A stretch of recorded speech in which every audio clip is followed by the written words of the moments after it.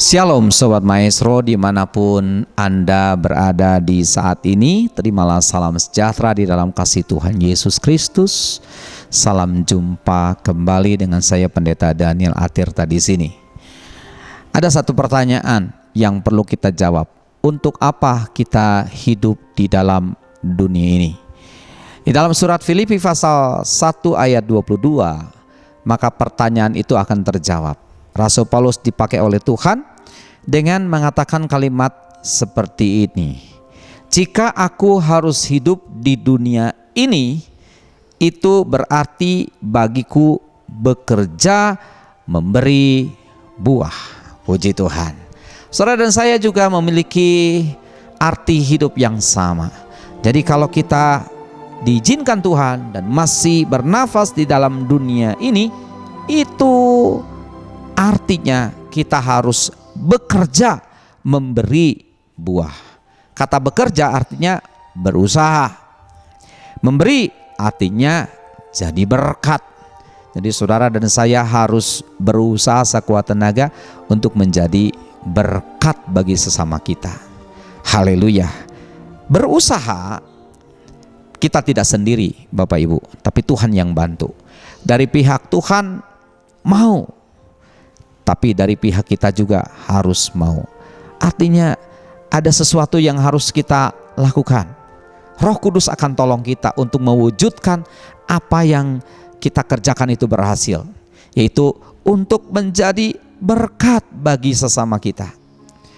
Saudara-saudara, kalau hidup di dunia ini kita tidak jadi berkat bagi sesama kita, maka saya kira hidup kita tidak ada artinya sama sekali. Hidup ini akan menjadi arti, atau hidup ini memiliki nilai tinggi kalau kita jadi berkat bagi sesama kita.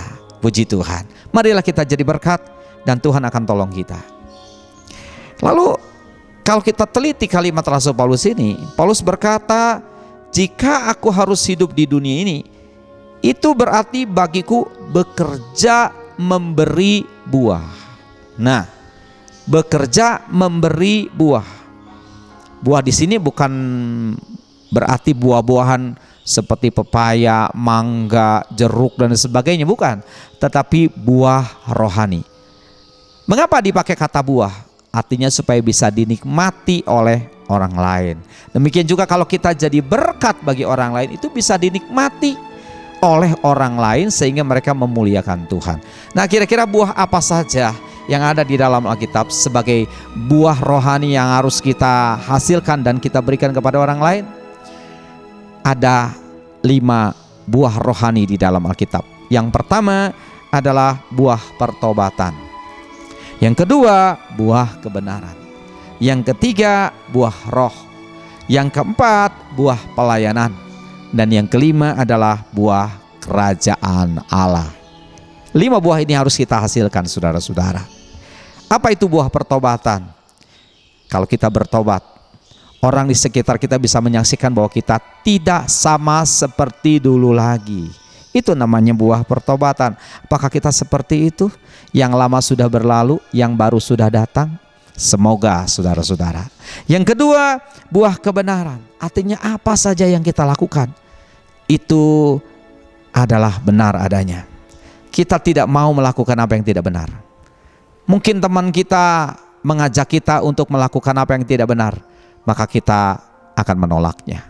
Dulu barangkali ketika kita belum hidup di dalam Kristus, orang mengajak kita untuk melakukan apa yang tidak benar, kita mengiyahkan selalu, iya kan? Kita sambut ajakan itu, saudara. Tapi sekarang kita berani berkata tidak. Mengapa? Ada kebenaran di dalam kita yang dihasilkan oleh firman Tuhan dan Roh Kudus. Nah, buah kebenaran ini bisa disaksikan. Apapun yang kita lakukan selalu benar adanya. Berbisnis, berbicara, berpikir, di dalam kota, di luar kota, waktu sendiri, waktu bersama-sama, selalu kita hidup benar. Itu namanya buah kebenaran. Yang ketiga, buah roh. Galatia 5 ayat 22 jelas mengatakan buah roh itu kasih, sukacita, damai sejahtera, kelemah lembutan, penguasaan diri dan sebagainya, saudara-saudara. Dan itu juga nampak bisa disaksikan, bisa dirasakan oleh orang-orang yang ada di sekitar kita. Yang jadi pertanyaan, adakah buah roh itu kita hasilkan? Semoga. Yang keempat, buah pelayanan. Artinya kita harus melayani Tuhan, Bapak Ibu. Kita tidak boleh pasif, kita harus melayani Tuhan. Dan pasti nanti ada hasilnya. Apa hasilnya? Orang lain diberkati dan ada jiwa-jiwa baru yang kita bawa kepada Tuhan sebagai persembahan. Kita diselamatkan untuk menyelamatkan, kita diberkati untuk memberkati, kita ditolong untuk menolong orang lain, supaya sungguh mereka merasakan kasih Allah. Haleluya. Dan yang kelima adalah buah kerajaan sorga. Apa itu buah kerajaan sorga? Ingat, Yesus berkata, kamu bukan dari dunia ini, tapi kamu dari sorga. Artinya saudara, kalau kita hidup di dalam dunia ini adalah kita sedang menyusup di dunia ini. Jadi itu juga berarti kita hidup di dunia tapi berkualitas sorga. Puji Tuhan, ada sorga di dalam kita, ada kebenaran di dalam kita, ada Kristus di dalam kita. Cara hidup kita tidak sama dengan orang dunia karena kita berasal dari sorga. Ada kekudusan, ada kesucian Tuhan yang nampak dan bisa disaksikan oleh orang di sekitar kita. Tuhan memberkati, sampai jumpa lagi. Mari kita berdoa. Terima kasih Tuhan Yesus, Tuhan baik dan luar biasa. Inilah hidup kami serahkan bagi Tuhan. Roh Kudus menolong kami untuk kami dapat mewujudkan arti hidup, yaitu bekerja memberi buah. Terima kasih Bapak, memberkati Radio Maestro, memberkati Sobat Maestro, memberkati bangsa dan negara kami. Dalam nama Tuhan Yesus Kristus kami telah berdoa. Haleluya, amin. Tuhan memberkati kita semua. Amin.